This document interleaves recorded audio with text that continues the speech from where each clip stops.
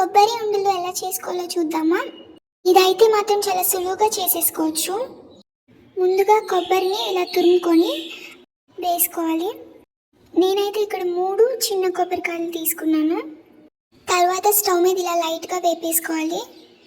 కాసేపు ఇలా వేగనిచ్చిన తర్వాత, అంటే మనకి అంత బ్రౌనిష్గా కనబడదు కానీ కొంచెం వేగనివ్వాలి. ఒక 10 to 12 minutes పడుతుందేమో. ఆ తర్వాత కొంచెం వేగనిచ్చిన తర్వాత బెల్లం వేసుకోవాలి. ఇక్కడ బెల్లాన్ని నేను 1 కప్ వరకు తీసుకున్నాను. ఇలా బెల్లం వేసుకొని 2 కలిసేటట్టు కలుపుకోవాలి. ఇక్కడ మనకి కొబ్బరి రంగు అక్కడక్కడ కనిపిస్తుంది. మొత్తము కలిసేటట్టు అయితే మనం వేగనివ్వాలి. ఇప్పుడేమో 1 స్పూన్ యాలకుల పొడి వేసుకోవాలి, కొంచెం రుచి కోసం. ఇది కూడా దీంట్లో కలిసేటట్టు బాగా మిక్స్ చేసుకోవాలి, ఇలా చూపిస్తున్న విధంగా. ఇంకా అంతే. ఎప్పుడైతే మనకి థిక్ బ్రౌన్ కలర్ వచ్చేస్తుందో అయిపోయినట్టే.